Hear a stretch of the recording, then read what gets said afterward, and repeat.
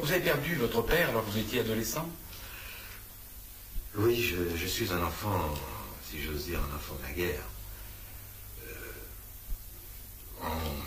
En 41 à peu près, donc j'avais à peine 11 ans, ma mère un jour m'a appelé, m'a dit il faut que je te dise quelque chose.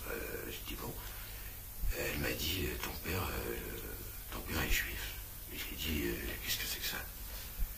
Alors elle m'a expliqué ce que c'était, et puis mon père il a dû porter l'étoile.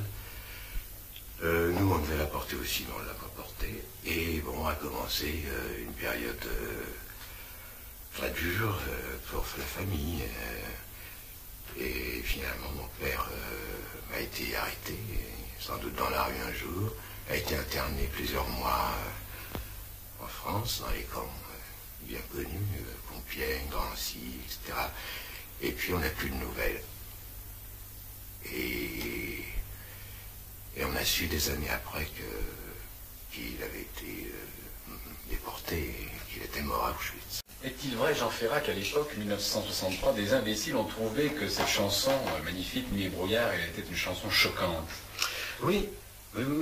Ça les choquait, d'une part parce que c'était l'époque du premier rapprochement franco-allemand, tout au moins c'est ce qu'on m'a dit, et que tout ce qui rappelait évidemment l'Holocauste, les camps de la mort, etc., n'était pas tellement bien vu en France. Alors il paraît que ma chanson était déconseillée, enfin on déconseillait aux gens de la passer sur les antennes.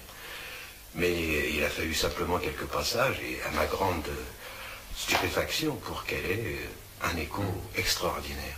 Et ça a été très important pour moi. C'est une des chansons dont vous êtes le plus fier.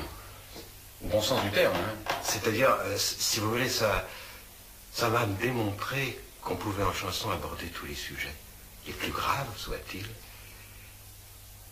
et d'avoir un écho tel que je l'ai eu à cette époque.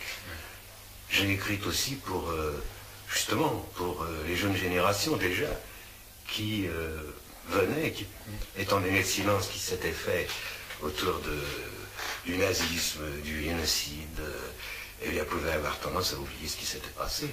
Et vous voyez comme dans l'histoire, les choses souvent, on dit, ne se renouvellent pas, mais elles se renouvellent d'une certaine façon. Elles ne se renouvellent pas de la même façon. Regardez ce qui s'est passé cette année. Enfin, je veux dire, quand on voit le président des États-Unis venir s'incliner et déposer des fleurs dans un cimetière allemand où reposent les Waffen-SS, j'ai l'impression que ces millions de morts de la faute des nazis doivent se retourner dans leur tombe. C'est insoutenable.